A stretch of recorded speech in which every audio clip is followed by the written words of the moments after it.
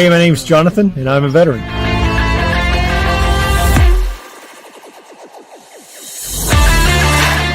Hi, my name is Daryl, and I'm a veteran. My name is Chad, and I'm a veteran. Hey, I'm Travis. I'm an Air Force veteran. Hi, my name's Ashley, and I'm a veteran.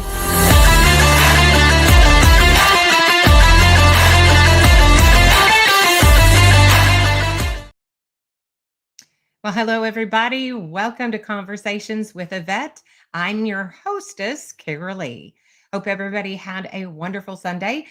We are getting some serious winds coming in, so we're expecting to get some ice and snow. Hopefully more snow than ice, because I love snow. I know that makes me sound really weird, but I do. I have a great guest sitting in the wings. Her name is Kimmer. She goes by Kimmer. That's her nickname, Gwinner, excuse me. And she is an Army veteran. She'll be joining here in just a few moments. I want to say thank you, Jason, very much for being here. And anybody else who's going to be popping in, thank you. I have, interestingly enough, it's showing that my live show started an hour and 37 minutes ago. I'm not sure what that's about. All right. So if you see behind me, I have several books. Those are all written by veteran authors, and several of those of vital interest and echoes of war, etc. Several of those are autographed to be given away when we hit the 500 mark. So if you are interested in winning some of those signed autograph books, as well as I'm going to be having some conversation with a vet, tumblers, coffee cups, things of that nature. So if you're interested in that, getting some swag as well, we will be doing that as soon as we hit the 500 mark. I'll put it out there, but you must be present to win. Angry Sarge, welcome. Thanks for popping in. So, and I am really excited, as I said, to invite my guest aboard and have this conversation. So chat it up and out there in the chats. Love to hear the comments and the questions. Be sure to put them out there. If I don't address them right away, please know I've highlighted them, and we'll get to those towards the end of the show. So without further ado, please help me welcome Kimmer Gwinner. Hello, everybody. Hi. How are you doing this evening, Miss Gwinner? Well, I'm doing pretty good. We've got that snowstorm upon us. It started about 11 this morning, and it's continuing until tomorrow afternoon. Send that snow this way, please.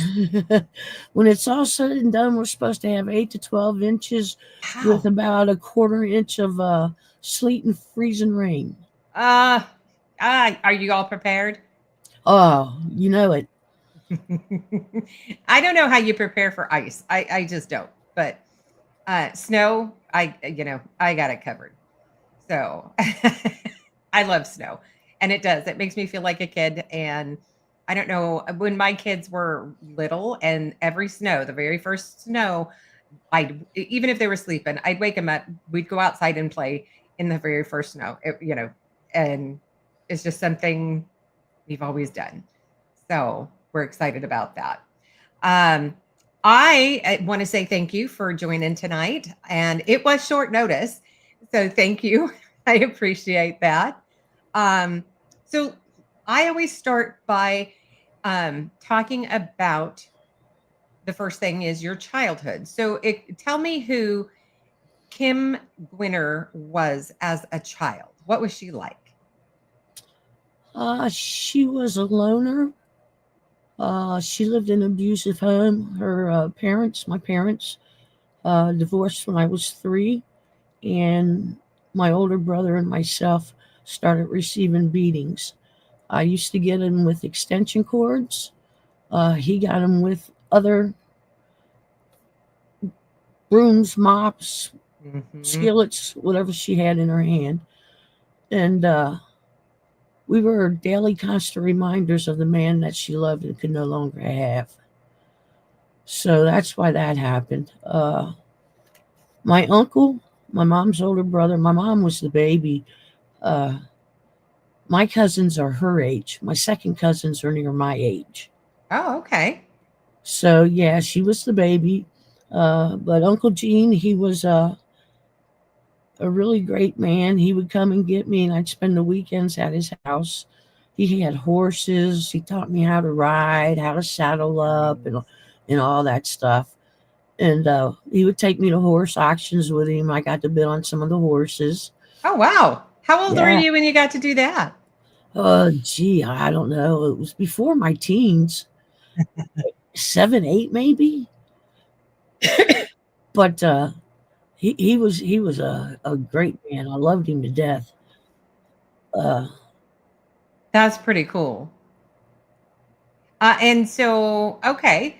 And so you had a brother, and how were you in school? Was that something that you enjoyed? oh, I loved going to school. There was one time it was on a weekend, and I got up. Mom was cooking breakfast, and I was all dressed to go to school. And they told me it's Saturday, and they started laughing at me. I threw a tantrum fit. I mean, I got down on the floor, kicking and the beating. Let me go. Yeah, Let me go. yeah. Were you studious? Did you enjoyed it then? But were you studious? No, I was rather a slow learner. I wasn't allowed to do homework or anything like that. When I was older, my mom would keep me home from school until the truancy officer showed up. Then she'd have to send me back to school. But yeah, I, I Did was a you very bad student. so no extracurricular activities No, not until I went into a foster home in my senior year. in your senior year? Okay. And how long? So just till you turned 18? Yes. Okay. Yeah, they took me the summer after we were out of junior high, and they put me in a foster home. And the state took me out of school, and they said, "Okay, you're going elsewhere." And they took me to this building, and I had to strip down. They were looking for marks and bruises or whatever they were looking for, and of course, I had some. And they put me in a foster home. The first one I went to, I know they don't make much money, but that's all they did. They had a Yeah. house full of kids. So I contacted the state, my officers, and told them, I says, I can't stay here. And so they moved me into another foster home in the city next door where we was at. And I started receiving threats because I was from the town next door, and we Mhm. had this huge rivalry going on. Oh my gosh. Yeah, so I called them and I says, nope, this ain't working out either. They said, well, we don't have no other place to put you. I says, can I tell you who I want to go live with? They said, okay, tell us and we'll go check them out. And, I did, and they did, and I got to move in with the family that I knew. Nice. Well, we have Derek Lozio. Hopefully I I, said that right, Derek. He I owe said Zio. Lozio. Is that right? And he says, Derek, catch 22 peer support. Welcome, welcome, Derek. Thank you so much for being here. I appreciate everybody coming out. So, did your brother go as well? No, he moved out before he was 13 on his own. He came back to the city, to Cincinnati. We lived about 110 miles east, and there wasn't much out there. It was pretty much all rural. Okay. And so 13, he went and lived with other family, friends? A friend of my mom's that owned a bar, he lived upstairs in the bar, and he went down and cleaned it at night and stuff for his room and board. Wow. But Okay. he started shooting pool and making money that way. There you go. It was a whole different time, right? Yep, yep. And kids, you become so resilient to find ways to survive. You just do. So, all right. You turn 18, you're no longer in foster care. Um, had you already decided at that before that you wanted to join the military, or was it something you thought about after you turned 18? Well, when I was a kid, I used to watch Angie Dickerson in Policewoman as Sergeant Pepper, Okay, and yeah. and I wanted to be Sergeant Pepper so bad the whole time I was grown up. I love that. So I wanted to be a cop, but I was too young. My education wasn't that great. So I went down. My brother was in the Air Force. He was down at Tidwell Air Force Base down in Florida, and I went down there and stayed with him and his wife for 3 months. And I didn't care for the Air Force at all. Didn't like it at all. What was it So, about it that you didn't like? well, his wife was an SP for 7 years, never qualified with a gun, sat behind a desk, didn't do no MP duties or SP duties. She just was And that a was clerk. not what you were looking for. Yeah, yeah. I wanted to be the cop. There you go. Stephen from Warriors for Life says hello. Welcome, Stephen. Thank you for joining today. So, okay. So then after you went and stayed there, you've determined you do not want to go Air Force. What was the next thing that you did to make a determination? Well, I did some research and I found out that the Army had jurisdictions over all branch military posts. So Okay. if I could be an MP, I could go on any post and write tickets and do stuff like that, right? Fun stuff like Be an that. officer. There are Yeah, yeah, patrol. yeah. Okay. And and so I went to the recruiter's office and he measured me, my height, and told me I was too short. I couldn't be an MP, but there was other MOSs that I could do. And I told him, I says, no, you don't understand. I have to be in law enforcement or it's not going to be nothing. And he says, well, I'm sorry, I can't help you. So I turned around and was walking out and they had the weight machine. Hmm. So I was kind of angry, thought, well, I'll blow it off before I get outside, right? So I go over there and I pick that thing up and I'm lifting it up and down. And the recruiter goes, hey, come back here. So I went back. I said, yeah. He said, you just grew. How short were you from their height requirement? I was a little over an inch short. Okay. So you grew a little over an inch in that moment. Yes. Did he tell you put like newspaper in your shoes or something? No. Nope. Okay. So how'd that go out? How'd that play for you? How'd that go? Oh, that was great. I was so happy. I went back home to Ohio, and I was telling everybody that I seen on the bus, every place, man. I'm going in the Army. I'm going in the Army. I'm going to be an MP, and all this stuff. I was hyped. You should have been. That was your dream, right? That Yep. was your goal, your dream. That's exciting. All right. And now, are you in contact with your mother at all at this point? Now, my mother committed suicide when I was stationed in Germany. Oh, goodness. So prior to that, though, when you signed papers, you're going to be joining the Army. Did you tell her? I did. And what was her response? You do what you have to do. Okay. Okay. And, that's not terrible, right? It could have, but you're happy, and that's what matters. So, Yeah. Okay. Did you fly or did they put you on a bus to? Bus. Okay. Yeah. And what base were you did you go for your basic training? I went to Fort McClellan, Alabama. Okay. And what was it for you like? What was it like for you once you stepped off the bus? What was going through your mind? Well, it was a group of us girls. They brought us in by ourselves on a bus, and we got off, and we were told to drop our bags in the stand there, and line up and stuff. So we did. And the male senior drill sergeant had a few words, colorful words, to say to us about how when he called us to attention, he didn't want to hear nothing but our private sucking in air. Gosh. And it was like we all dropped our jaws and was going, oh man, this is the Army, huh? So he called us to attention and we were so quiet.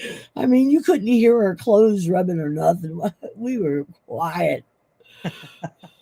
Now, I'm not familiar enough with the Army itself. Did they have footprints, yellow footprints you put your feet on to stand there? No, not when we got off the bus originally. Once we got to the company, we did. Okay. All right. So was it you were separated, segregated from the males? Just for transportation. Okay.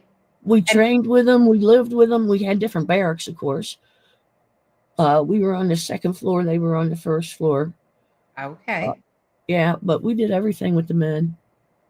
And then you've not done sports in school. Were you athletic at all? Oh, my mom taught me real well how to fight. I was in good shape. I was living on my uncle's farm, taking care of the horses and So everything. you had some strength, obviously. So that was a plus. Yeah. Okay. So getting there for basic training, was it a culture shock? Very much so. Very much so. I was used to the cleaning stuff. My mom was a clean freak. But the yelling, getting in your face and yelling at you, I was used to that too. I just wasn't used to a man doing it. Right. Yeah. Yeah. And what was it like when they would start the training? Well, I was there. I began active duty or basic training on the 1st of November of 79. And so we were there for Christmas and New Year's.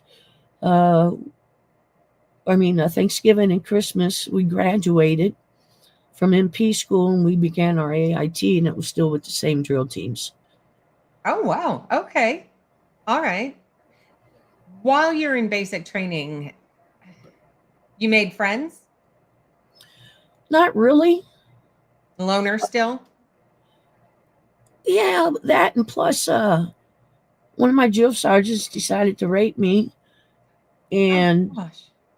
and I was embarrassed. Well, he threatened me too, but I was embarrassed to talk about it.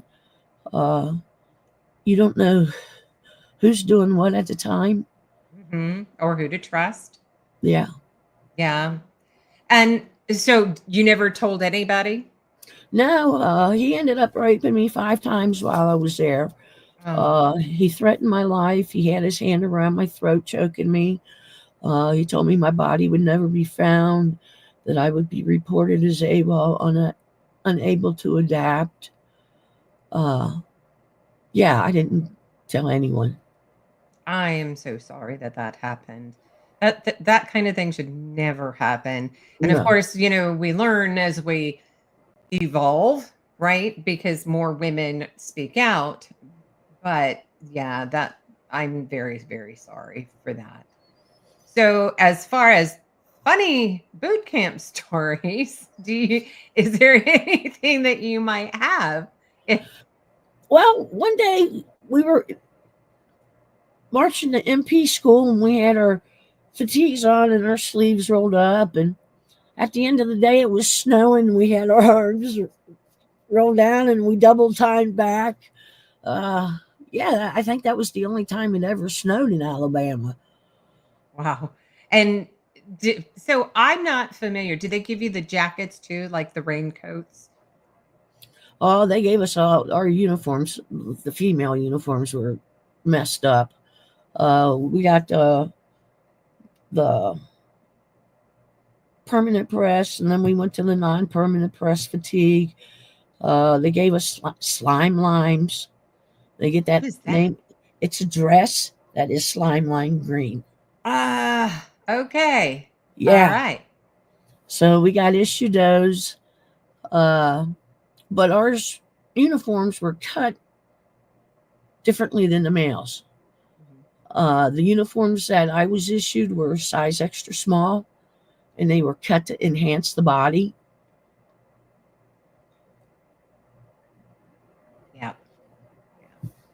I'm picking up what you're putting down. Okay. You go then, you graduate basic training, you go to AIT, and AIT's in the same place. Yes. Okay. What was it like for AIT for you? It was fun. I started getting to do things. Report writing was my specialty. Crime scenes, working crime scenes. We trained against one another with the men. Physical combat training. We did all that, and I really enjoyed that. And out of all of that you were learning during AIT, what was your favorite part? That I was going to graduate soon and get out of there. So as far as the actual curriculum, that wasn't on your mind. It was just graduating and moving on. Okay. Where did you go from there once you graduated? From there, I stopped. I was going to Fort Dix, New Jersey, and I stopped home and to see my little brother and sister. My mom had been remarried a couple of times and had children, and so I stopped by to see the kids, stay with them for a few days because I took my leave then, and so I went up, knocked on the door. Mom opened it up. We said hi, come on in, and so I told her, I said I was going to go up to my bedroom and put my stuff away. And I came down and we talked. She wanted to know what it was like, if I enjoyed it, just the normal, I guess, mom stuff. But we ran out of things to talk about because there was no love between us. But I wasn't allowed to see the kids yet. I guess she had to see if I changed anyway or anything before I got to see the kids. Because I called home right before I was leaving, and my little brother answered the phone. I said, "Hi, honey, it's me. How you doing?" "Who is this?" He's 6 years old. "Who is this?" I said, "It's Kim. It's your sister." "No, it's not." Click. So I called right back. Same thing. "No, this is not my sister." Click. Ah, dang. So I called back again, and my mom picked up the phone. I said, "Jackie keeps hanging up on me." She says, "Yeah, your voice is different. He doesn't think it's you." Lots of screaming, yes, sir, and yep. Yeah, that's interesting. So you come home. When did you finally get to see your brother and sister? I did. I saw them for a little while, and they had something to do. So I told my mom, I says, "Okay, while they're out, I'm going to go up the road to the bar, see if anybody that was there that I graduated high school with." And so I went to the bar for like 2, maybe 3 hours most. And I came back home, knocked on the door. My mom opened it. She had my fatigues on, my jump boots on. She started kicking me with my jump boots. She started beating me. And I told her, I said, "You're crazy. I'm getting my stuff and I'm leaving." So I went upstairs, opened the door to my bedroom. All my uniforms were cut up. Oh, no. The only uniform that was in peace was the one she had on. So I left and I went to Fort Dix up in New Jersey, and I went to clothing and I told them, I says, "I need to buy some uniforms." They says, "You can't buy uniforms." I says, "Why not? I need them." "You got to earn them." I said, "I did earn them." I said, "I'm reporting here for permanent party." I didn't have my orders because my mom took them. So they wanted to argue with me. They weren't going to give me no clothing, weren't going to let me buy no uniforms or anything. So I told them, I said, where's the MP station at? So I went to the MP station, was talking to the desk sergeant. He called somebody in. I went back to an office and I was telling him what was going on and everything. And he says, well, he says, you need to go to transportation and get a copy of your orders. I said, okay. They tell me how to get there. I go there and I sit, talk with somebody and tell them everything that's going on. And I said, okay, we'll get you a copy. Well, it took a couple hours, but they eventually gave them to me. And they said, here you go. I said, okay, thanks. So I went back to clothing before they closed. I says, here's my orders. Let me buy some damn clothes, some, uniforms. So I didn't have all the money to pay for everything. So I got me a couple of fatigues, T-shirts, stuff like that, boots. And so I went back to the MP company, and they told me, they looked at my orders and everything. They said, you're not supposed to be here yet. You're still on leave. So I just dropped my head. So again, I had to go through the story. And they said, okay, we'll assign you a room. And they did. They put me in a room with one other girl, which was great because in basic training, all of us were in the bay together. Right. No privacy whatsoever. But yeah, it took me a while to get in there. But once I did, I settled in. I kind of liked my roommate. She was pretty cool. Then things happened. Right. And before we get to that, so Angry Sarge said that that's the first time he's ever heard of slime limes. Say that 5 times fast. Yep. And he said he hates to hear your story. No one deserves to go through that. Thank you. Jason also said that that was horrible and what a terrible start for you. Thank you. Angry Sarge, he says, it's what I tell people. You may have had it rough, but other people have definitely experienced worse. It's all perspective. I agree with that as well, Angry Sarge. So, okay. Now, again, I want to reiterate to you, this is your story. You tell it however you care to tell it. If there's anything that we touch on that you're not comfortable talking about, feel free to kind of circle around it or just say, let's move on. Okay. Okay. So this is all for you. So, okay. So you are now in your permanent duty station. Yes. Early. What happens next for you?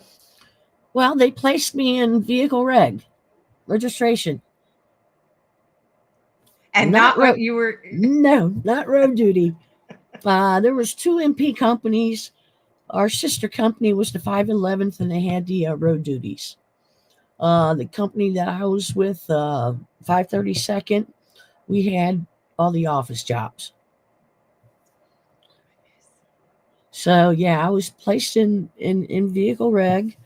I ended up getting 3 Article 15s because I had a problem taking orders from a male sergeant.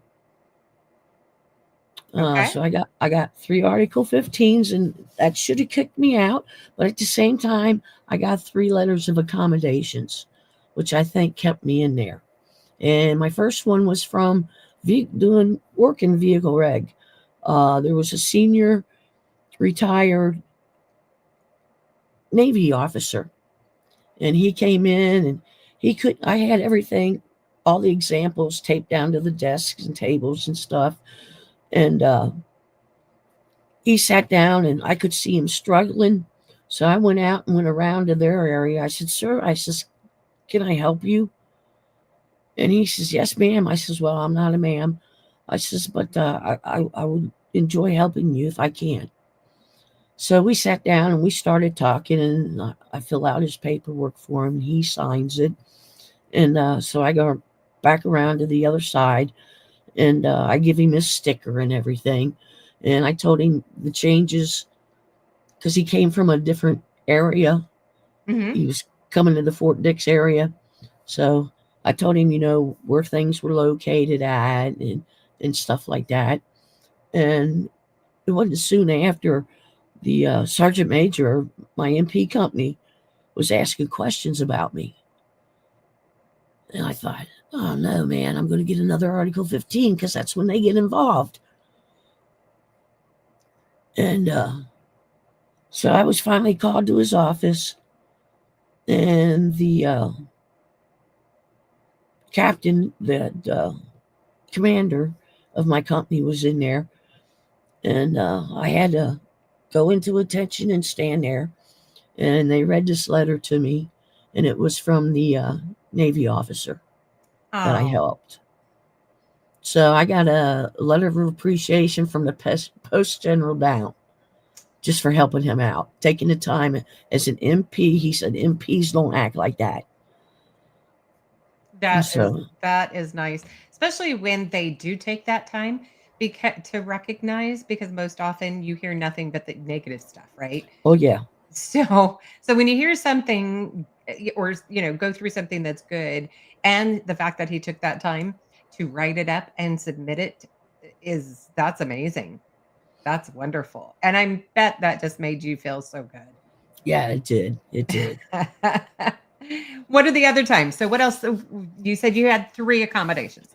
Right. The second one was the sister company, the 511th, had to go to Camp Chaffee to deal with the incoming Cubans at the time. And so the 532nd, my company, we got to take over the road details, do Oh, patrol and good. all that. That made you And happy, I'm sure. oh man, I was in heaven, you know. I got a letter of accommodation for doing my job well and assisting people when needed and apprehending those that needed it also. So I got that. I was happy about that. And then my third one was from CID. CID had one duty officer agent on, and he called me in to help him because he was busy. So I put on my civilian clothes, went down to the arms room, grabbed a snub nose 38, and I went to the CID office. And he told me, he says, somebody stole some money down at one of the training companies. He says, why don't you go down there and see what you can do? I said, Wow. okay. I said, okay. This is right up your alley, right? Yeah. I mean, this is what you've been wanting to do. Yep. So I go there, and I'm talking to the guy that owns the trainee that owns the locker, and his locker had been bent out. That's how they accessed in and grabbed his money, supposedly. And so it was like, okay, who's been in here? And he gave me 2 names. So I had them to report to me. And while they were there, I was asking them questions, and all 3 of them denied having anything to do with the larceny. It was $400. And Back then, that would have been a lot of money. yeah. Yeah. And so I opened it up. There was this case in the sedan, CID sedan. So I took the case in, and I opened it up, and I'm going, what's in here? So I found some powder, a brush, some tape. So I put this powder up on the inside of the locker where it had been pulled back out. Mm-hmm. And I took the tape, and I said, "Ooh, look, fingerprints." And the guy. And they hadn't trained you how to do this. No, not at all. So I'm loving this. So I hold a piece of tape, and I'm going, fingerprints, and the 3 guys are going, So I said, come on, we all got to go to the CID office now. So we get there. I read them their rights. I separated them and put them in 3 different investigation rooms. And I continued to investigate. I was asking them questions, and they would deny it. I said, well, I'll be back. So I got done with all 3 of them. I went to the CID agent, and I says, look, I said, they're all denying it. I says, but I told him I pulled some prints off the locker. And he's looking at me like, what? And now, And, and what year was this? Because really, Prince didn't really start taking off for any kind of investigative thing. What was it, mid 80s? no, it was 1980. Well, okay, 1980. It was 1980. And so I waited for about an hour, and I went back to the first guy. I says, look, man, I said, these prints, he says, they're not mine. I said, you're right, they're not. He was the owner of the locker.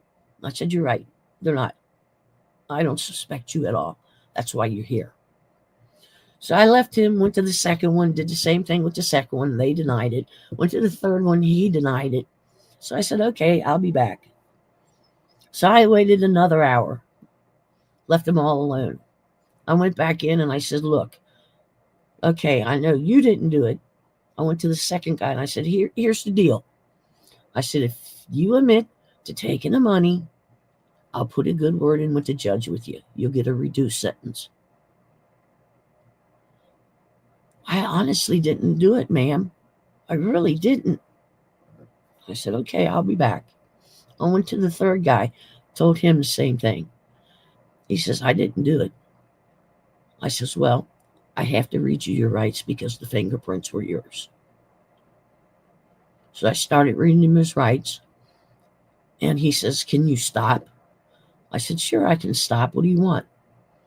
He says, I'll take the deal. He says, I did it. Can I have the deal? I said, I will put the good word into the judge. I said, but you know what would really be great is if you gave me the money that you stole.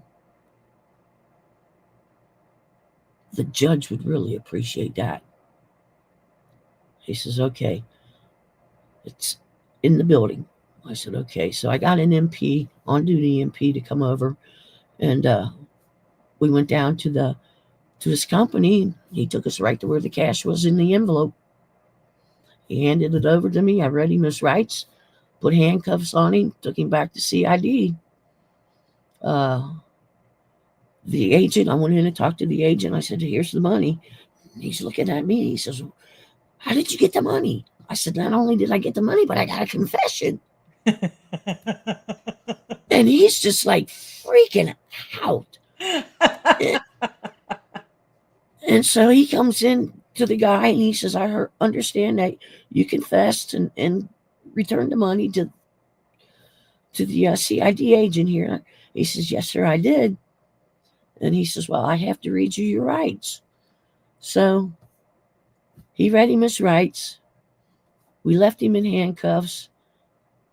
We took him over to the MP station for the D cells. We put him in the D cell. He had to stay in the D cell until he went in front of the judge. The D cell is the detaining cell. Okay. All right. The jail part, the bars. And so I went back to CID and I told the guy, I says, I don't know how to do this paperwork. He said, sit down, we'll do it together. Aww. So he helped me do all the paperwork. I turned it in. He says, you're done. Thank you so much. I was like, cool, you're welcome. Shook hands.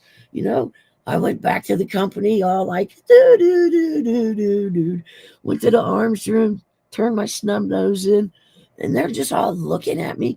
Of course, the on-duty MPs were my MPs. They were the ones I worked with.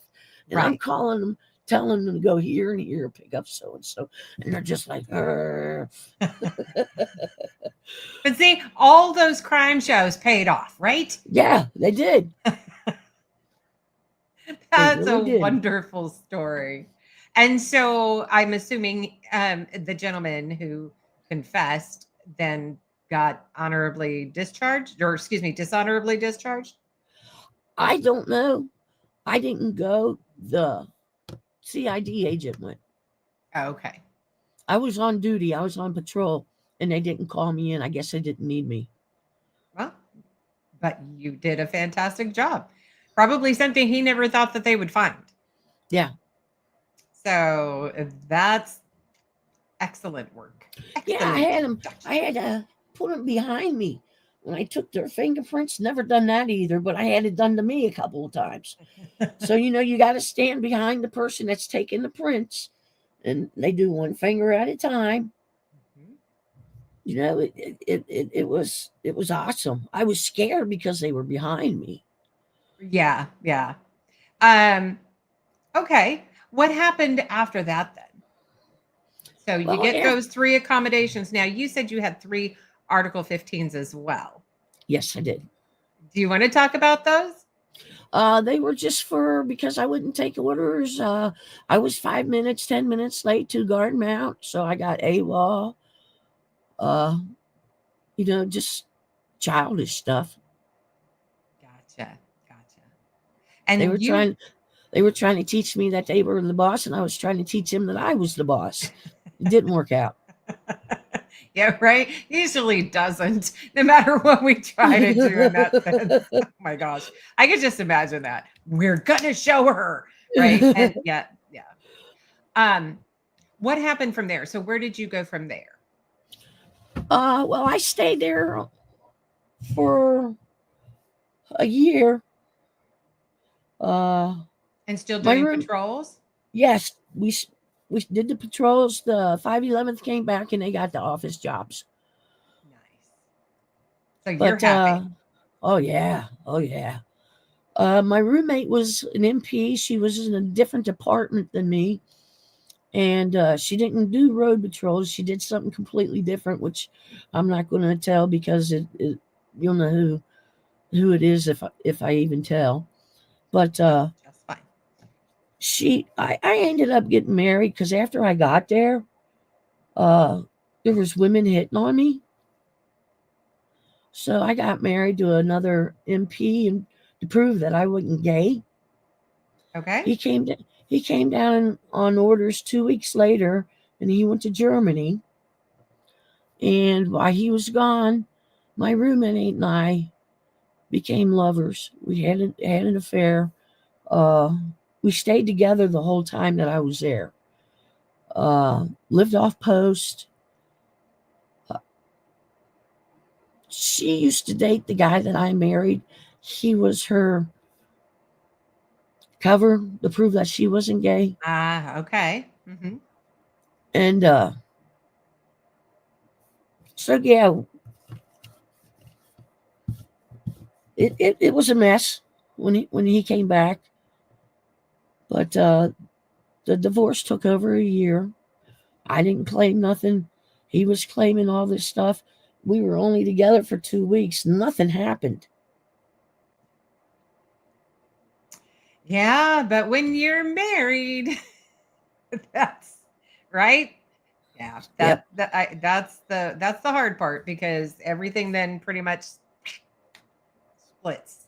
So yeah, I wanted to get my tubes tied in case I was ever raped again. I didn't want to get pregnant, and the Army told me I couldn't do that without my husband's approval. Is it a different time back then? Yeah. And then also from state to state had different rules too. Well, the military overruled state. They do, yeah. I'm just saying, that even different states will have different rules. Where if you were married, you had to have your husband sign certain things, etc. So, okay. So you were married for a short time. Yeah. So my roommate, there was a new MP male that came on. He came to the MP station, and he was supposed to go where she was at. So I walked him over across the street. It'd give me a chance to see her, right? And so on the way over, I says, after you get settled in, you'll have to come out with all of us MPs and get to know everybody. He said, that'd be cool. It was like, great, we'll set it up sometime. So I take him on over, and he gets busy. I say hi to my girlfriend, and I go back across the street to the MP station. I get back into the sedan and start doing what it is an MP does. And one night, She went out with her department. They were taking a new guy out. So they get to know everybody that he was working with. Hmm. And she came home that night and she was drunk. She raped me. She hurt me bad. And it was because he had asked, he had told the department that I had asked him to go out. And he wanted to know if I was a good.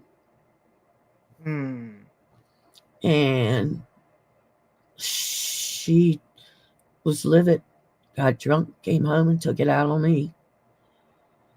Goodness. So And did you tell anybody? I couldn't. They were hunting us back then. Well, that's true. That's true. Yeah. The time frame. Yeah. And I mean, did she apologize the next day or when Oh, did she sober up? apologized. Yeah, she apologized right then and there. There was blood splatters. And when she saw the blood, she just automatically started saying, "I'm sorry, I'm sorry, I'm sorry." She went in and ran me a hot bath.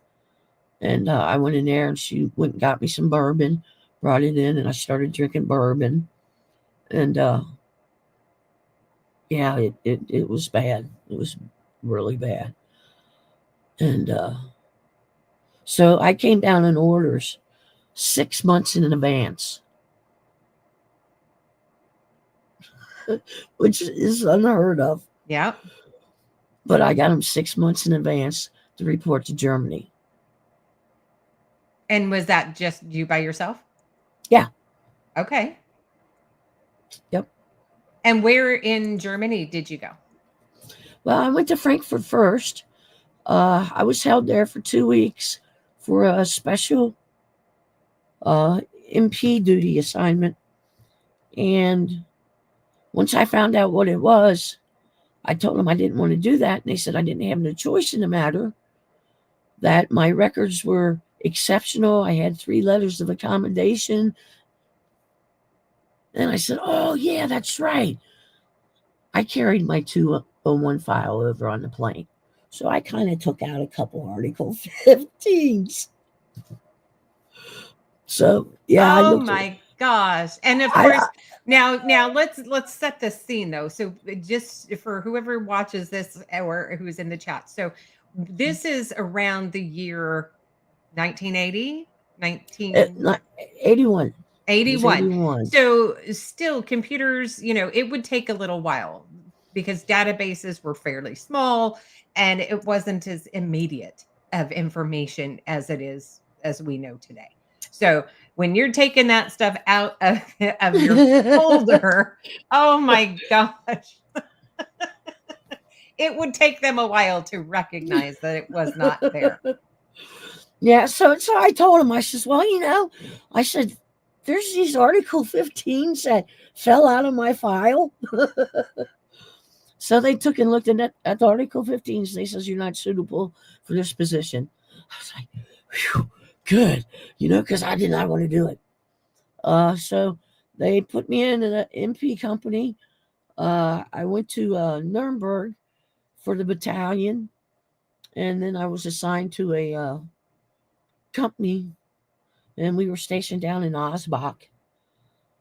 And that was probably the best time I had in the military. In Osbach. Okay. Yeah. The male sergeants were really nice.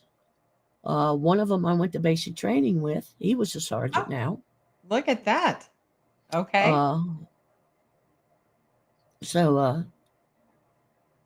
Yeah, we got along really great. I was the ranking female.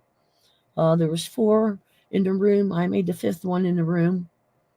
And we would work 12-hour shifts, come back in, do a little party, and go to sleep. And the door would open up about noontime. Gwinner, you got the phones. Oh, man. So you get up and, whatever you're wearing, you go sit in the office and wait for the phone to ring. Now, what was it like for you in Germany? Did you get to go out and about? Oh, yeah, yeah, yeah. We were on the road. We had the patrol duty. Uh, it was funny pulling people over. People, soldiers lived in off-house basing or off-post housing, and we needed a search warrant to go in there if we weren't asked to come in. We were going to a domestic disturbance, and once we got into the apartment building, I smelled pot. So we went on upstairs. It was two sergeants and me, and we went upstairs. I knocked on the door. He came to the door. I says, "Do you have children?" He says, "Yes, I do." I said, "Can I talk to them?" He says, "Sure, come on in." Wrong. Well, it got your foot in the door. Yep, it did. So we left. Nobody was hurt. We called another MP company or another MP patrol to come take care of it. And we went back downstairs where the pot was. And yeah, we ended up tearing his place up. Found all kinds of stuff. He had friends in there. They had a nice tray that they slid under the couch when there was a knock on the door. But yeah, And okay, how many of those kinds of things did you have? Did you have a lot of those, the domestics? oh yeah, that was the Yeah. biggest thing over there. Wow.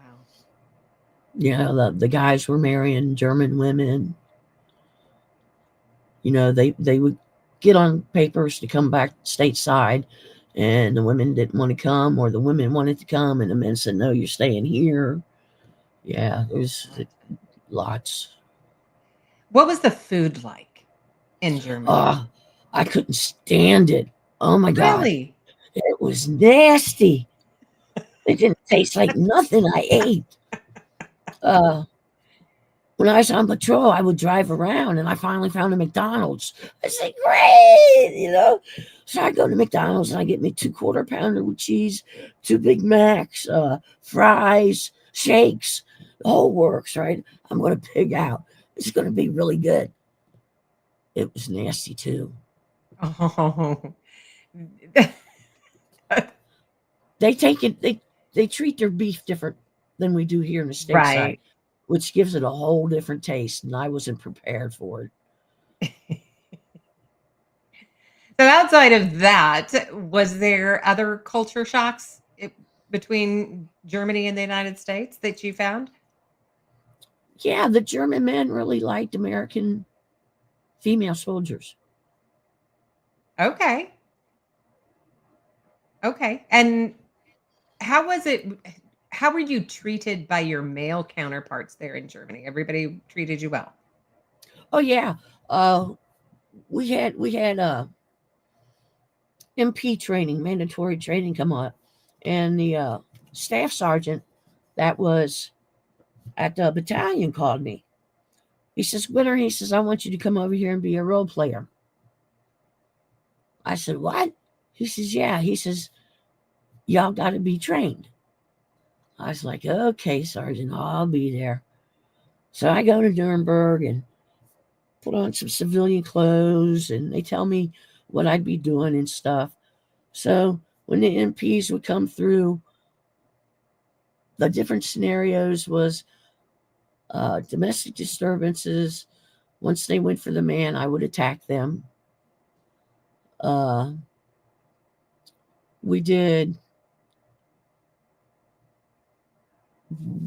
rape, MST type scenarios, and we did fights. And during one fight, uh, the MP put me up against the wall to pat me down, but he didn't put me in a proper stance. So I dropped down, grabbed his feet, and pulled him up. He went back on his head. And I took no. off.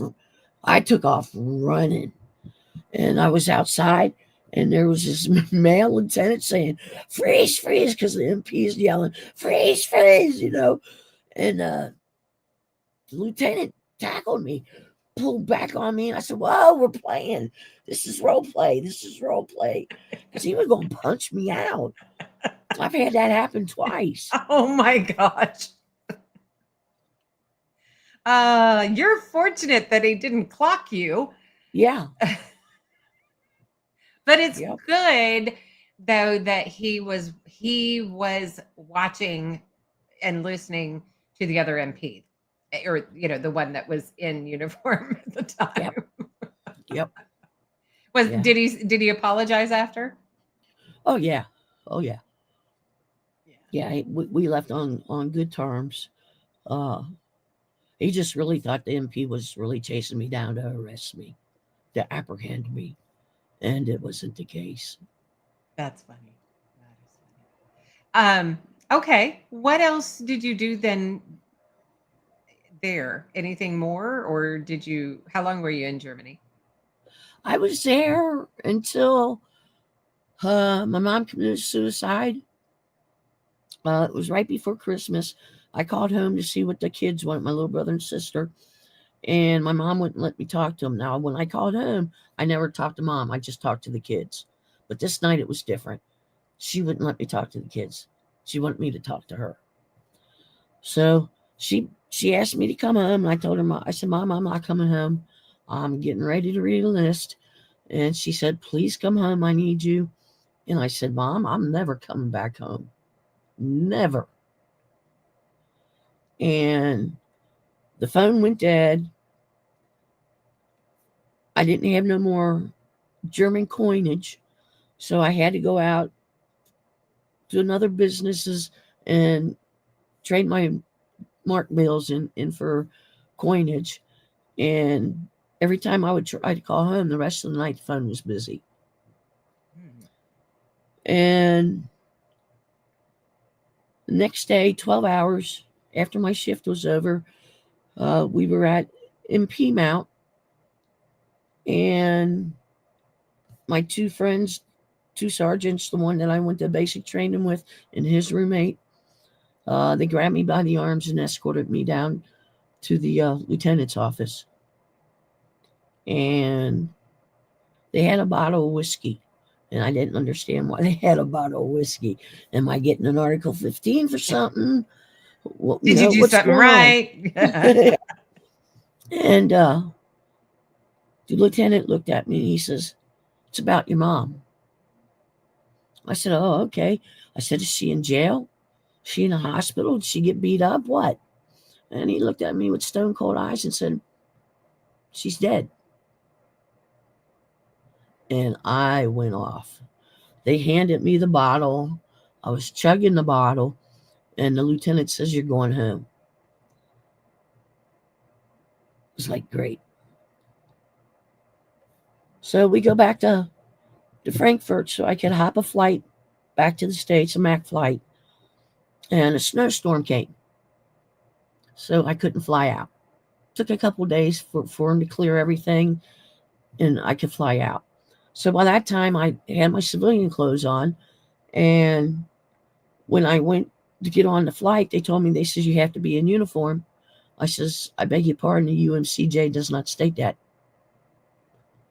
I said, "It states that Air Force people have to be in uniform when they travel. I'm not Air Force." So they looked it up. They called whoever they were supposed to call, and they said, "Yep, she's right." I knew the UMCJ inside and out. Well, doing what you did, you would have to. So I got on a flight, came home. My mom's last husband picked me up at the airport, and he told me, well, the first thing I did was I called my father. Now, I hadn't talked to him in years, and I don't know what made me remember his number, but I called my dad. I said, "Dad, Mom's dead."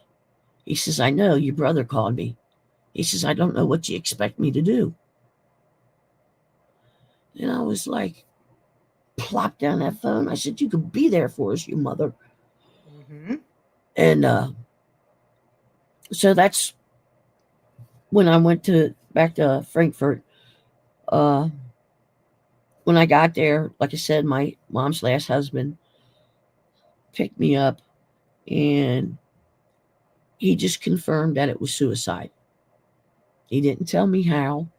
He didn't tell me who found her.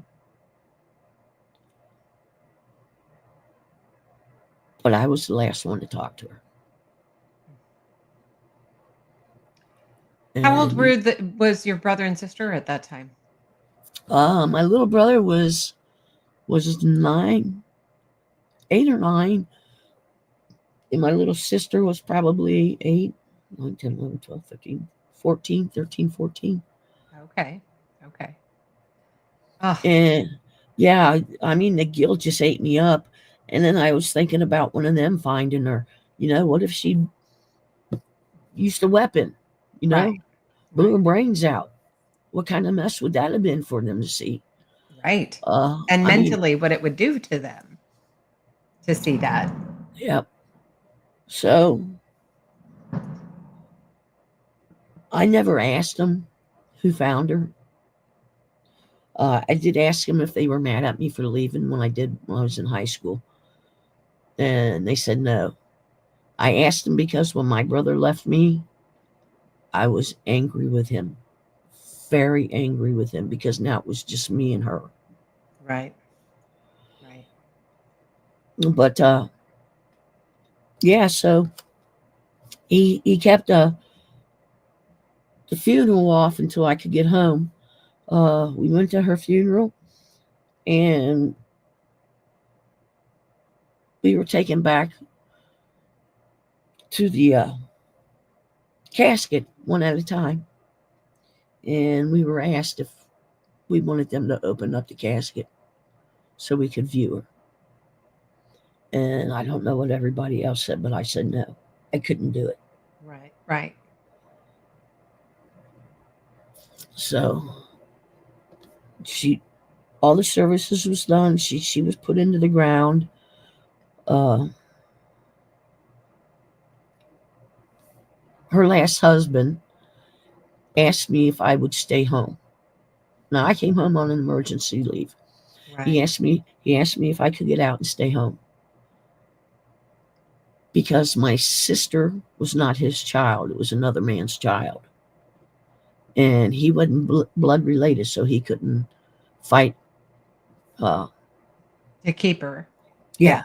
Yeah. And since I was blood related, I could. So I said, yeah, because the kids needed to be together.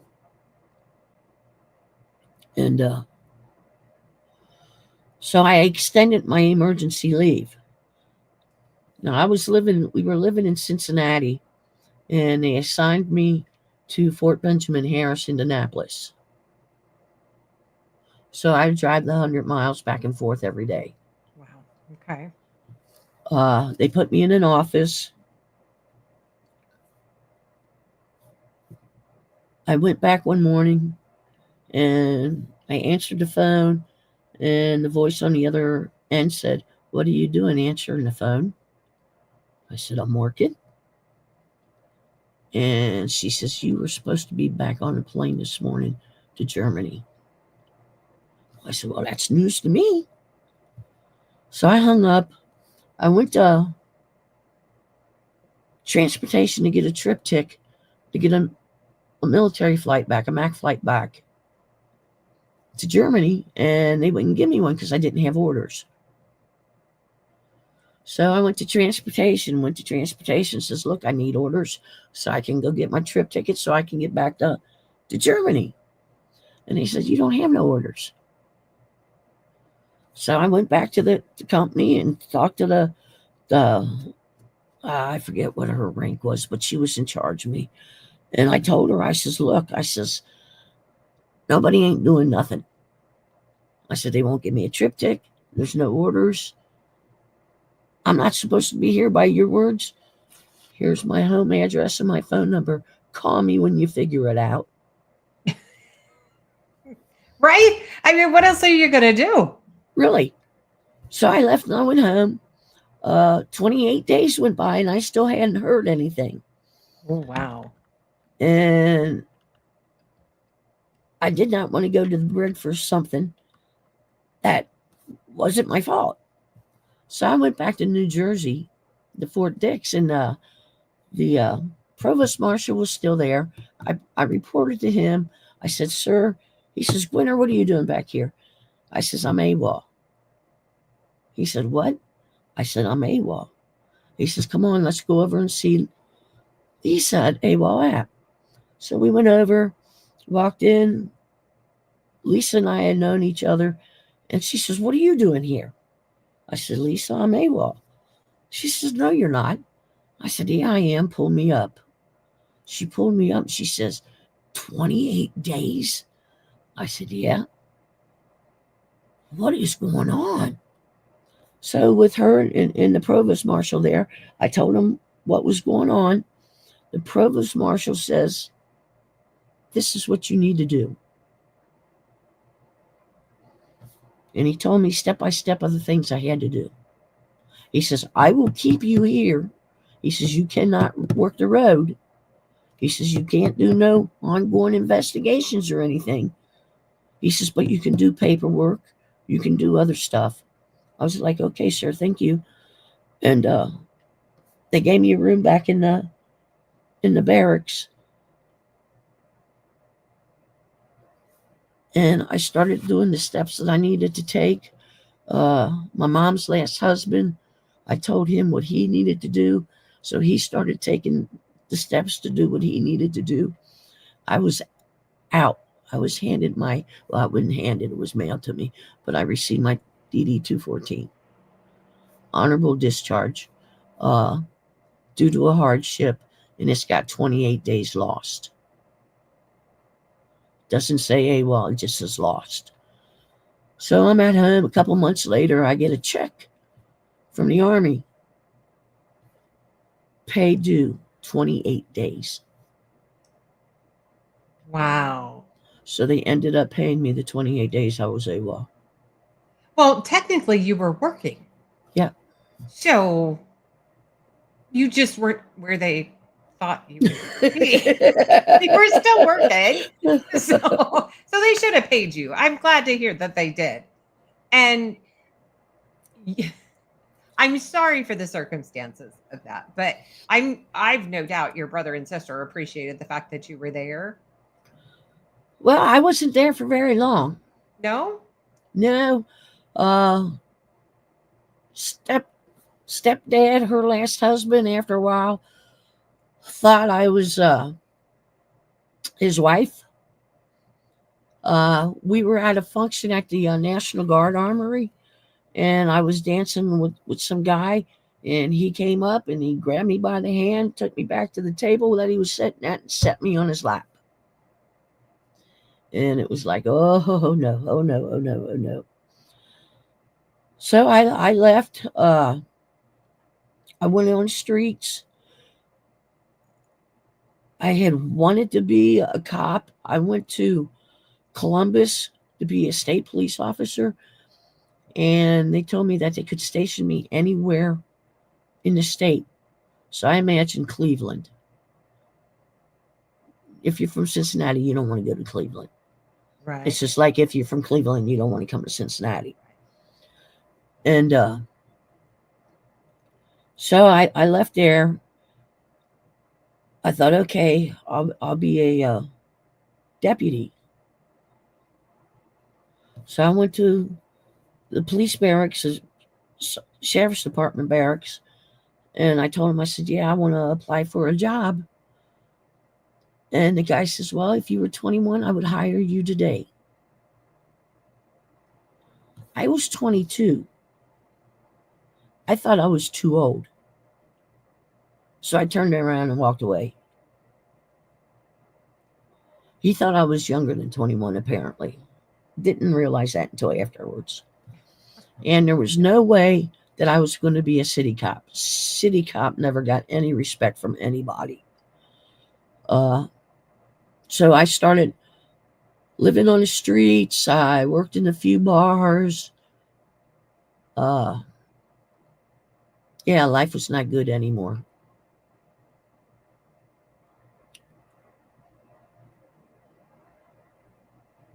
Yeah, it just wasn't good anymore. And how did you Uh, pull yourself up and out of there? well, I met this girl when I was working at a job, and she was Army. She was also gay, and we became somewhat like friends. I started living with a guy, a biker that I met at the bar. He knew my mom. Uh, so I moved in with him and was living with him. And I was drunk all the time. I was doing drugs. Uh, my best friend would come get me. She lived over in Covington at the time. And one day she took me, she says, I'm taking you to the VA. I says, okay, what's the VA? You know, I don't know what the VA is. And she told me, she took me up there. I talked with somebody and they admitted me on the spot for suicide watch. There was 3 or 4 times that I tried to commit suicide. And I have been in treatment since she took me to the VA that day. You know, I was never mad at her. We're still good friends. She's living up with another person that she knew from the military up in Michigan. We still talk, sing cards, tell each other we love each other. I mean, we're still close. Uh, I'm married to her girlfriend. That was her girlfriend at the time that I knew Okay. her. Um, we all still get along. But the VA has helped me like I never expected them to, as far as my mental health is. Mhm. They're always there for me. Uh, they put me through a program in Fort Thomas, Kentucky, the Trauma Recovery Center. It was a 7-week program, residential program. So I went there for my 7 weeks. I was in the first women's cohort. When I got out, I felt a whole lot better. I asked to volunteer. They let me volunteer. I was volunteering with men. I was volunteering with women. It was a good time. I would take them out. You know, we go to the aquarium. We would go to the comedy club. I would bring movies in. We'd sit up all night on the weekends and watch movies. Uh, and I absolutely loved it. It was great. I did that for 3 years, and I told the director that was in charge of the TRC Trauma Recovery Center, and I said, you know what, you ought to just hire me on. And she says, there's something in the works. She says, Aw. she said, hang with me. She said, there's something in the works. I said, okay. So she came, got me one day, took me into her office. She says, well, she says, it's official. The VA is hiring peer support people. She says, I would like for you to be my peer support specialist. She says, I want you to think about that. I said, well, I don't need to think about it. Yeah, of course I want to do it, you know. And she says, you have to apply like a real job. You have to put in a resume. Never did a resume before, you know. And the day that I was supposed to be interviewed by her for the position, it was 4:30 in the morning, and I was on my way over there to start my volunteer uh, time. And I was hit from behind. My car went into the wall. Uh, I thought I had flipped over a few times.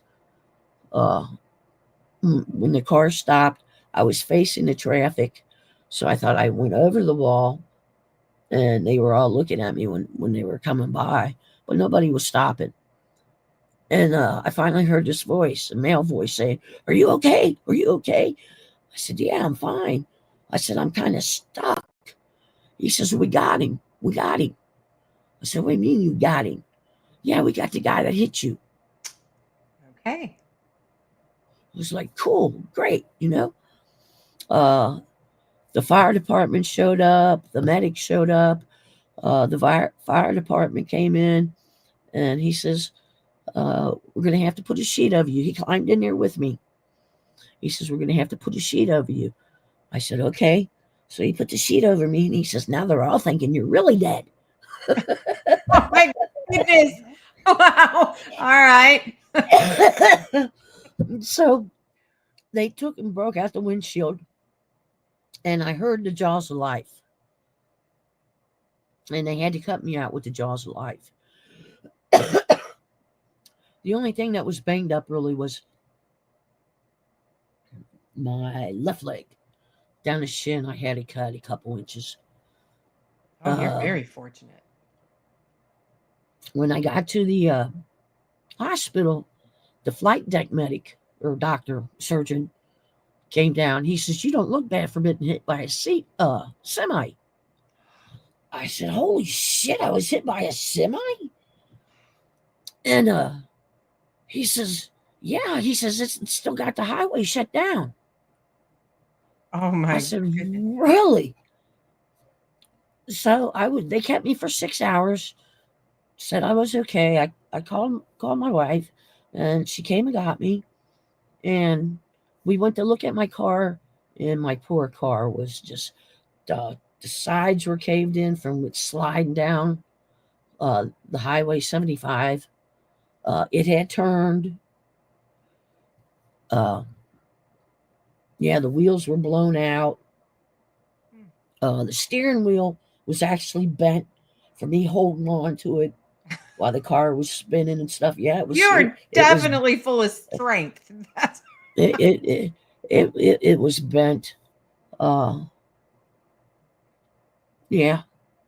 So I go ahead and we go to Fort Thomas, and I go to the director, and she says, "Kimmer, what are you doing here?" I said, I gotta do this interview today." I said, "I'm sorry I'm late." I said, "But they just let me out of the hospital." She says, "Get your butt home and take care of yourself." She says, "I'm going to hold the position open until you are better." I was, "Well, thank you. I appreciate that." Went home. After I was seeing a psychiatrist again, uh, it was just totally messed up in my head. Uh, but when I was okay, I went back and did my job interview. And some of the other girls from the Dom that was downstairs, the domiciliary for homeless vets, they were working at the VA in EMS. Oh, okay. Yeah. And so the one girl came up to me. She says, "I want you to know that I applied." She said, "There's a couple of us that did." She says, "But I hope you get it." I said, "Well, thank you." Uh, Days after, the director called us all together, and she said that I had got the position, and they all congratulated me. What a mess that turned out to be. Oh, Oh my. Yeah. I had to go to training. I was the first one that the VA hired. I was the first peer person that the VA hired. okay. I had to be trained, went to Chicago a couple of times, went other places, got all my training. I came back, and they put me in a room just by myself with no job duty. They moved me down to the men's end. By this time, we had women and men going through the programs, separate programs at the same time. And they put me down in the men's room area in a glass office. So I was constantly being watched. Okay. For months, I had nothing to do. So I kept calling the guy in DC that was in charge of us all. And I said, Dan, I says, they're not letting me do nothing. Let me check into it, Kimmer. I said, okay. So then I got shades put up in the glass office. So I at least have some privacy now. That was the first step. I was like, okay. But I didn't do nothing.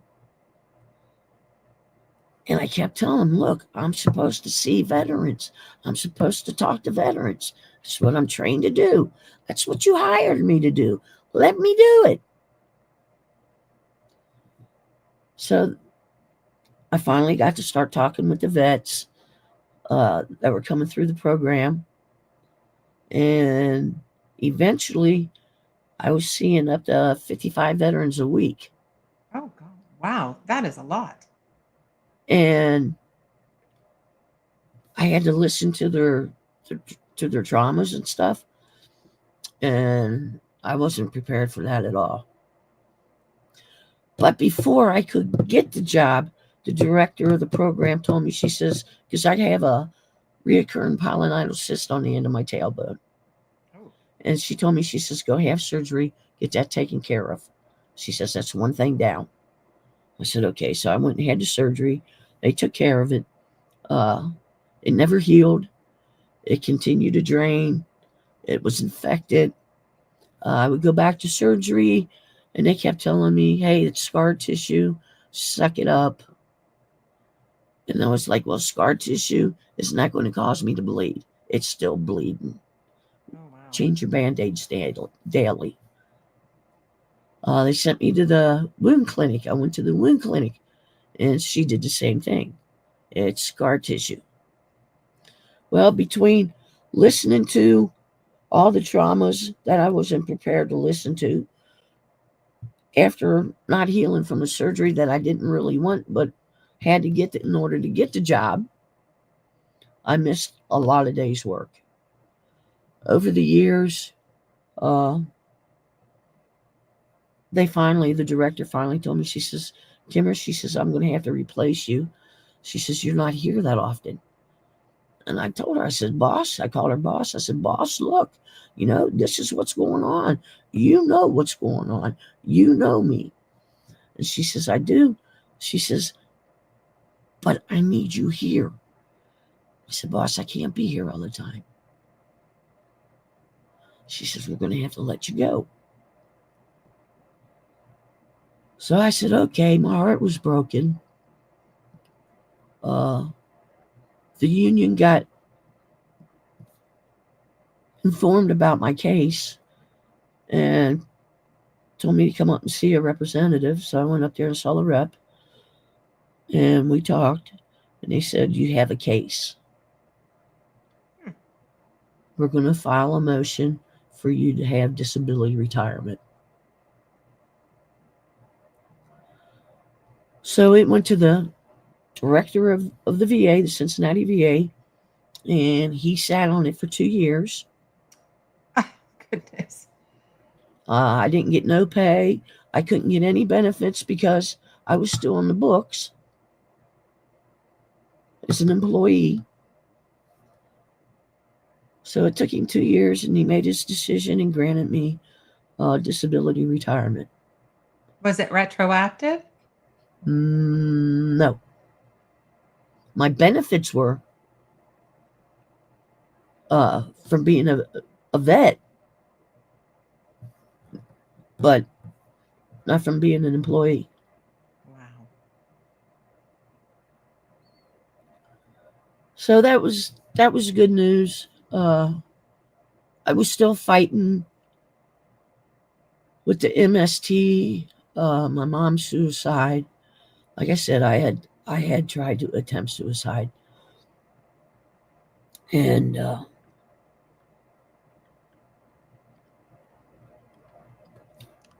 you'll never hear me talk bad about the Cincinnati VA's mental health care line. You'll never hear me talk bad about them. Other departments, yes, not them. They kept me alive. They kept me safe numerous times. Uh, I was out and away from everybody, and I sat here for years and isolated. I didn't talk with nobody except for my therapist. Uh, it got really bad. I was drunk. I was drinking a fifth of bourbon every 3 days, a fifth of come on, Kim, Bailey's. Irish cream? Yeah. Okay. I drank one of those every day, Oh, and a wow. fifth of bourbon every 3 days, and I just was vegetating. Uh, and it got really bad again. Uh, I was ready to commit murder suicide, Okay. and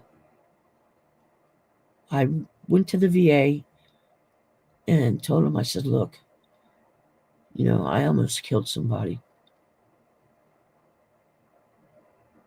And before I was going to kill myself.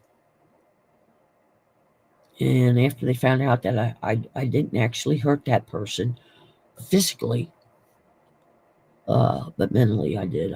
I hurt her bad. But they put me in the hospital.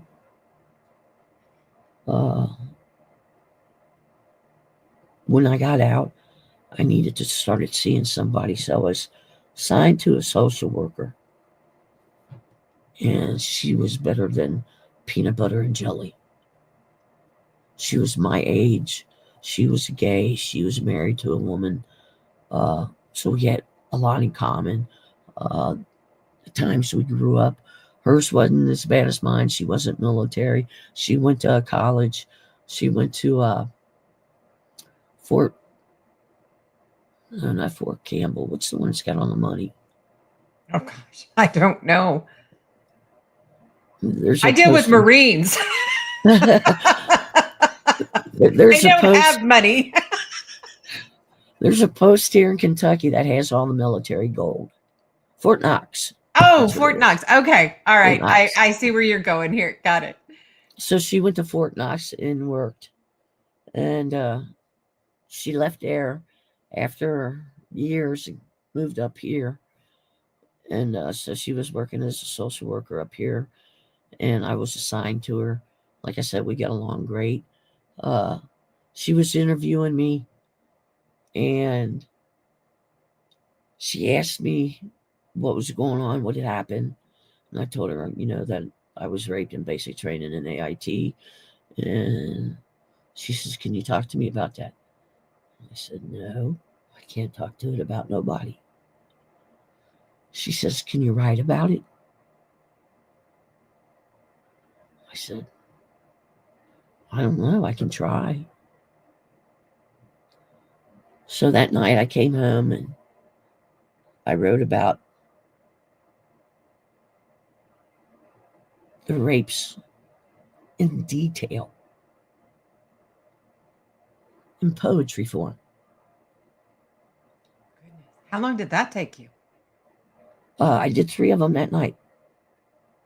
Oh, wow. And so I emailed them to her. I said, look, I started writing. You were right. So she wrote back to me. She says, okay. She says, keep it up. She says, we'll talk about this next week when I see you. I was like, okay. So the following week when I saw her, she said, you did a great job, Kimmer. Well, she didn't call me Kimmer. She called me Kim. She said, you did a great job, Kim. I said, thank you. She says, now can you talk about it?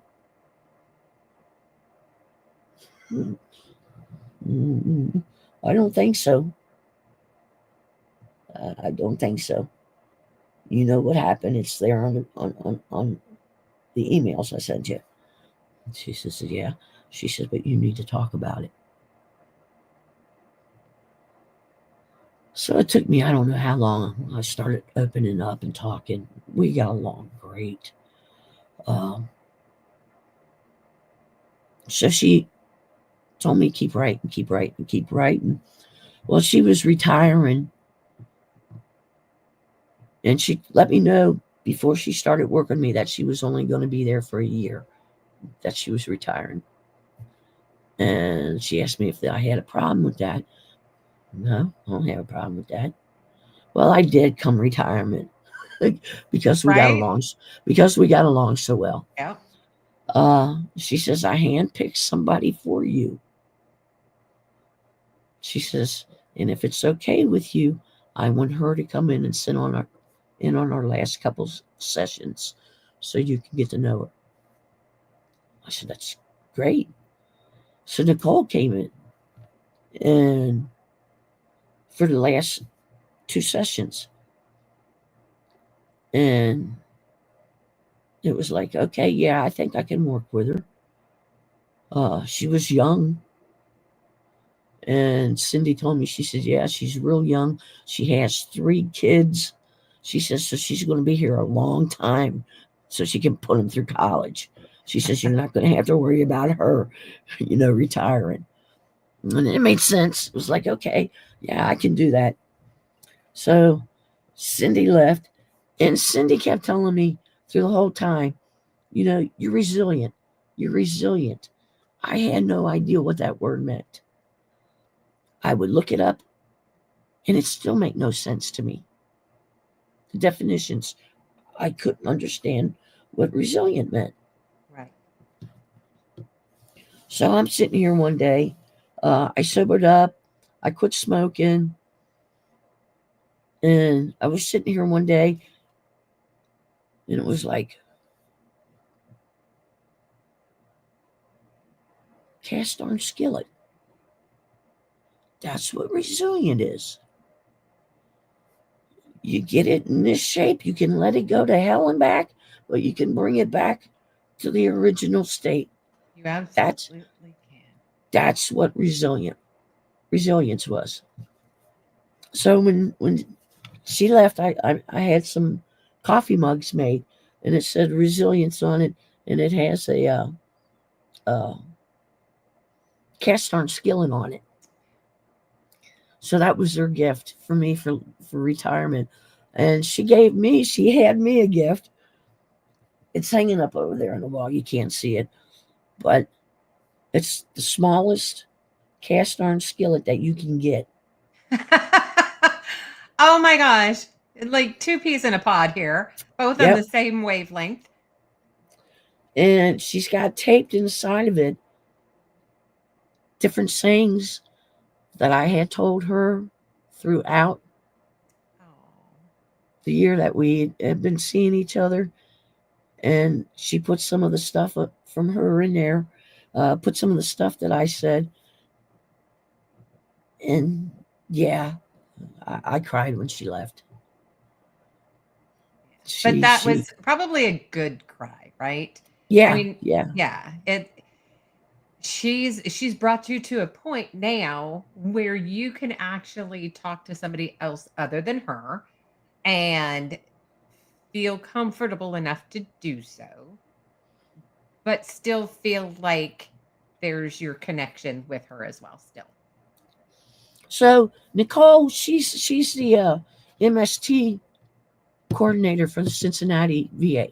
That's who I see. Oh, wow. And it was a slow start, but we got off good. I gave her some of my poetry, and she said the same thing that Cindy said, the same thing that my wife said. You need to publish stuff. You need to write a book. So I laughed at it. I thought, no, I'm never going to write a book. Turns out I wrote 1 book. I wrote 3 books. Wow. My Healing Avenue, Healing, yeah. Yeah. That's the second one. The first one was Healing Like a Warrior. My Healing Avenue. Is it? Yeah, I think you got a couple of the same ones there. I do. Anyhow, the first one was Healing Like a Warrior. The second one was My Healing Avenue. And then the third one was really, really big. Continuing on My Healing Avenue. Oh, wow. And what it is, it's my life, my childhood, my military life, going through therapy. It covers everything, the goods, the bads, the uglies, in poetry form. Wow. Now, how are you? I can't imagine that being easy, right? When you're sitting there and you're putting it all down to paper or on the computer, right? Because you're traversing your mind back in time to put it. But now, looking back and knowing you've gotten it out, you're here today, you're talking about it. How do you think that has? What do you think that has done for you mentally? Well, if I could go back a little bit, like I said, I was alone. I got on the computer and I went looking for support groups. Okay, good. And I came across Warriors for Life. Derek's there, Steve's there, and there's other people there. I'm going to put that out there, by the way. So give me 1 second. warriorsforlife.org.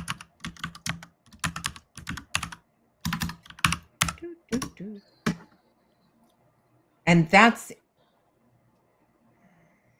it's under Victory for Veterans. Okay. I'm sorry, it's under Victory for Veterans. Is it the number 4 or FOR? FOR. Okay.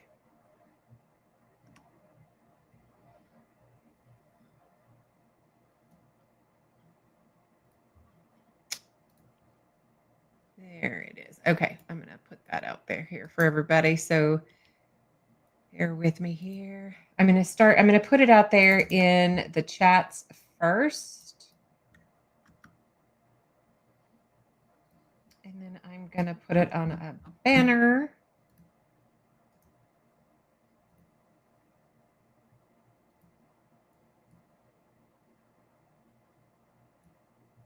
Okay. And so I got in on the supports side of it, which is the Warriors for Life. And I didn't turn my camera on and I didn't turn my mic on. I just sat there and I listened. And it was all men. And they kept talking about combat this, combat that, combat this.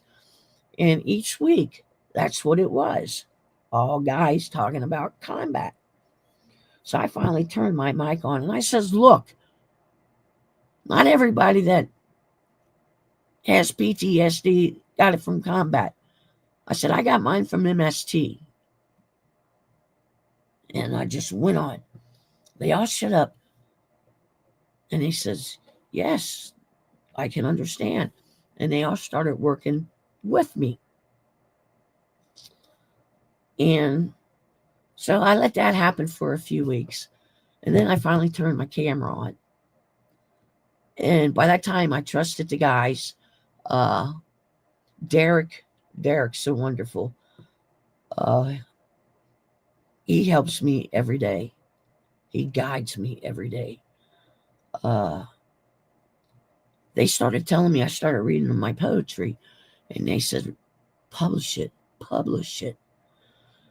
And Stephen Bates, that was on here earlier, he has published books. So he helped me. Oh, that's wonderful. So, yeah, I got the 3 books out. In between then, Derek says, there's some people I want you to meet. I said, okay.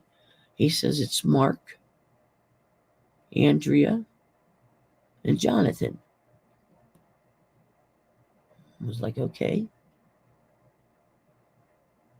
Mark Peterson, Andrea Eichmann, and Jonathan Croquet. They did a podcast or do a podcast called the People's Patriot Project. Okay. All right. So on October 15th to 23, I was a guest on there. I was so scared. I was promoting my book. They had a musician on there with me, and the only thing I did was sat there and answer questions. That was it. I didn't talk at all. Not a good host, not a good guest at all. But after time went by, I told him, I said, you know what? I would really like to be part of your team. He says, good. We'd love to have you. So I became part of the team. Mostly every week now, I read 2 of my poems live on their podcast. Oh, that's awesome. That's wonderful. And then Mark was the one that contacted me about you. And so, for those who don't know, so Mark, I met Mark on a podcast that I join in on. Good evening, Jova Q. Welcome. And that is called Tip of the Spear. And so that is a podcast that David Willis does once a month, and it's the last Wednesday of each month. And so that's where I met Mark. And he actually had messaged me because he wanted me to come on Got Your Six, I believe, podcast. And so we were scheduling that, and I was like, yeah, I need to find somebody because I'm running low on some veterans here. And so he's like, oh, have you met Gwinner? And I'm like, or I think he said Gwimmer, but maybe it was Kimmer now that I think about it. And I was like, no, that's not ringing a bell. Oh, you got to meet her. I was like, okay, let's do it. So, and here you are. And I have to say thank you so very much for you taking the time and sharing your story. And hopefully I made it comfortable for you. Oh, And extremely. Thank you. oh, thank you. I mean, again, as I said, this channel is for you to tell your story however you see fit, whatever you want to say. That's what it's about.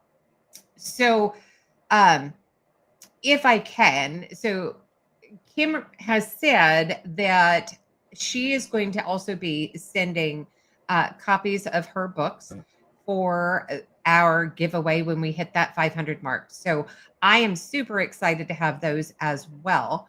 And again, just to throw that out there, you have to be present to win so I can get, names, addresses, all that good stuff so I can get the stuff shipped out to you.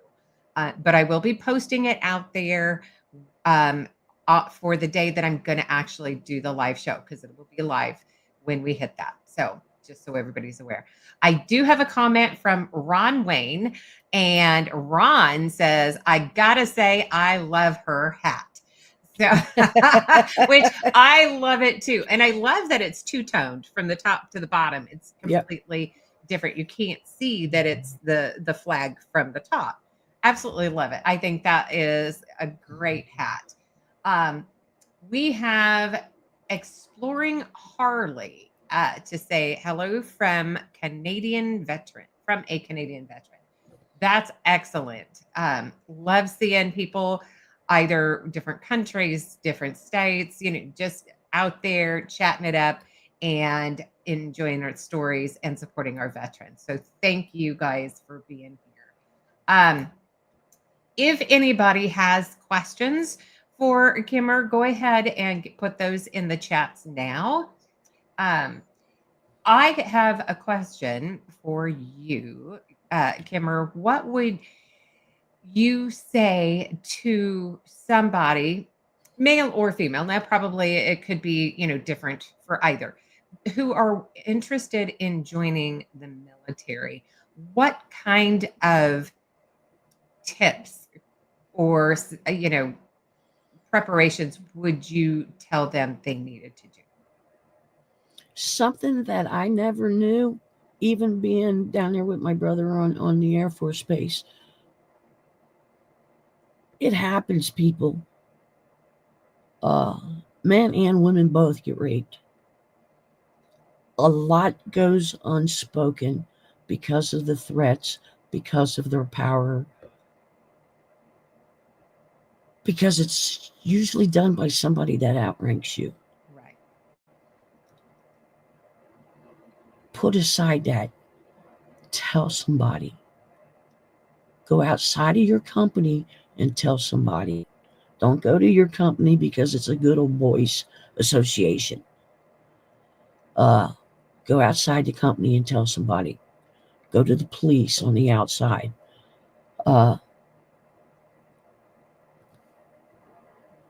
It's not your fault if it happens. It's not your fault.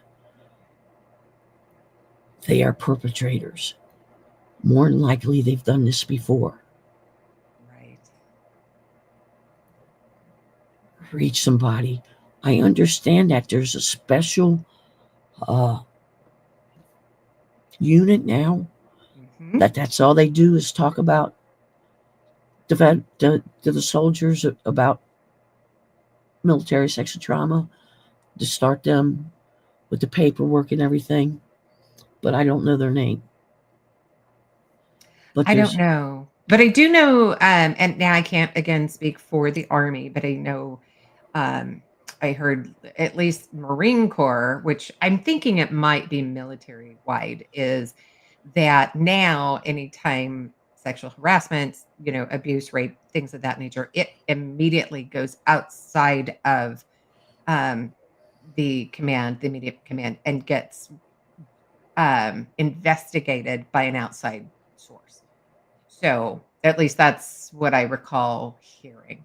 So then, that stigma of having to deal with, immediate um, command kind of gets taken out of there as far as their input, right? And if you're no longer on active duty, go to the VA. Talk with somebody in the mental health care line. Yes.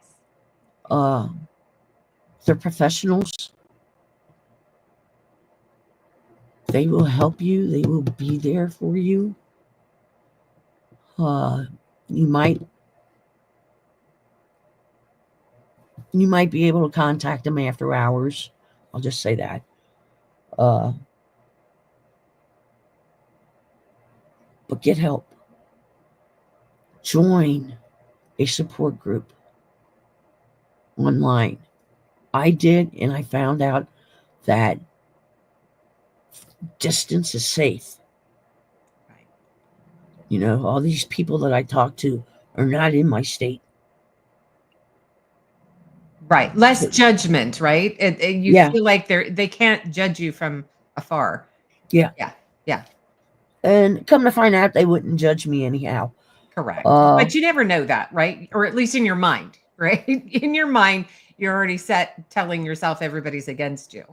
Yeah. Right. And then you get to know them and you're like, okay, yeah. And then the mindset begins to change and the trust begins to happen. Yes. Warriors for Life, they have support group every night of the week at 7:30 Eastern time. And now is that still, that's under victoryforveterans.org, right? Yes. Okay. Yes. We're all certified peer specialists,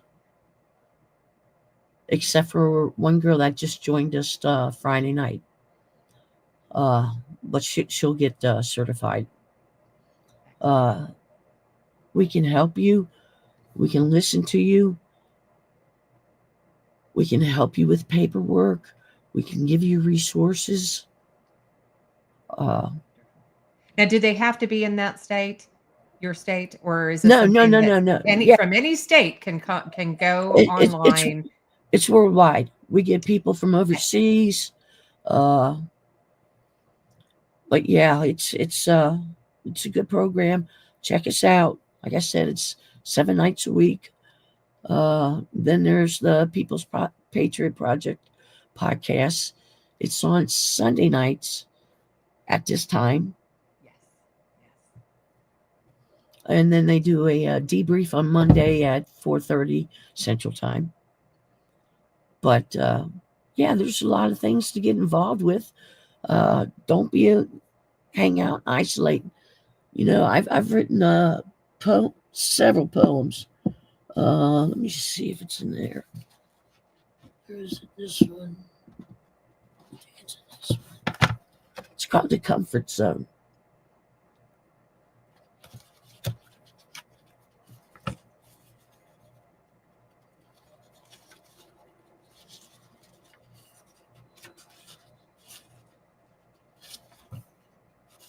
While you look for that, Jason said, "What a great program that you have there that you're working with."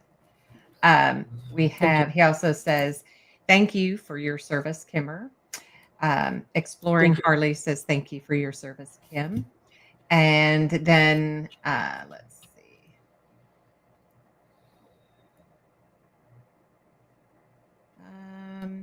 See. Thank you for your service to your community. Then, oh, that's for Jason because he wasn't sure if Jason was a veteran or not, and he is not. Ron Wayne says, "Appreciate your service. All the best in the new year, Kimmer." Thank you. And you as well. And stay active is the key. Staying active. Exploring Harley, absolutely. Active and in communication, right? The minute you stop communicating with people, it just you just go back into your shell and it becomes a habit. And I was a hog member for a few years until I couldn't hold it up no more. I got mobility issues now, and I use a mobility scooter, and I had to get rid of my Harley. Oh, but I'm sure it was fun to have. Oh yeah, it was. So for any of you who are out there who have not already, at the end of the show, when the show's over, go back out to it and hit that thumbs up button and put a comment. And if you haven't, also subscribe and then share this channel. If you support our veterans, if you support their stories and the process of healing through telling those stories, it's very important. So, share it once we hit that 500 mark. As I said, we're going to be doing some giveaways. I'm really excited about all of that and excited we'll have a few of my prior guests on to help do those giveaways. So, but you will need to be present to win. But we got to hit that 500 mark. So everybody help me out, share, and comment. Exploring Harley says he has a 2020 Street Bob in black. Very nice. Very nice. Anybody else have? That's all right. Anybody else have any questions for Kimmer? Go ahead and get those put out there.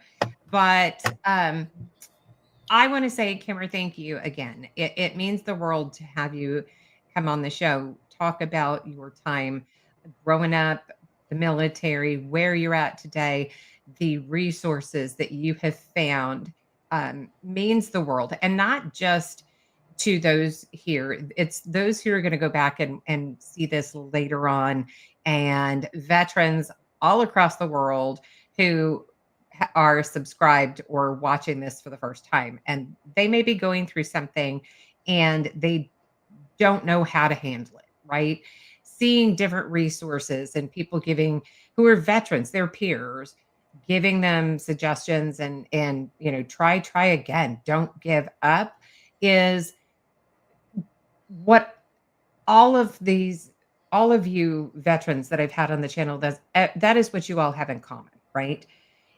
Don't give up. You keep trying. You keep looking. You keep, growing your network, your own personal network, right? To be there when you need it. So again, I have to say, I'm here for you, as are every single person that are in the chats. So just know that you have my number at any given time. You can call, you can text. I'm here, and you have more of support than you know. So I want to make sure to put that out there. I have so as Ron Wayne said, commenting is power. Absolutely, share those BTUs. And then Exploring Harley says, I'm a veteran from the UN peacekeeping mission in Bosnia in 1995. Thank you. And we will definitely need to get you on the channel. And for those of you who are veterans and interested in telling your story, and if you have not done so, I am going to go ahead and put my email address out there. Let's see. So you can email me, and then we can sit and get in contact with one another and figure out a day that Sunday evening that'll work best for you. So conversationswithavet@gmail.com. Again, everybody, I want to say thank you for joining us tonight. We had several people watching, several people in the chats. You guys were great participating. Appreciate that. And again, Kimmer, I can't thank you enough for jumping in spur of the moment for me and filling the spot that I had needed somebody. So thank you for that. I'm looking forward to getting to know you more and hearing from you where you're at, a month down the road and where you're going, a year from now. So we will definitely be in contact again. But if you want to hang tight for me, don't go anywhere. I am going to go ahead and wrap this up. Again, everybody, thank you. Ron, thank you very much. I appreciate that. Again, we love each and every one of you. Thank you for your support of the channel. Thank you for your support of the guests and our veterans. So everybody, we will see you again next Sunday. So same time and same bad channel. So y'all take care.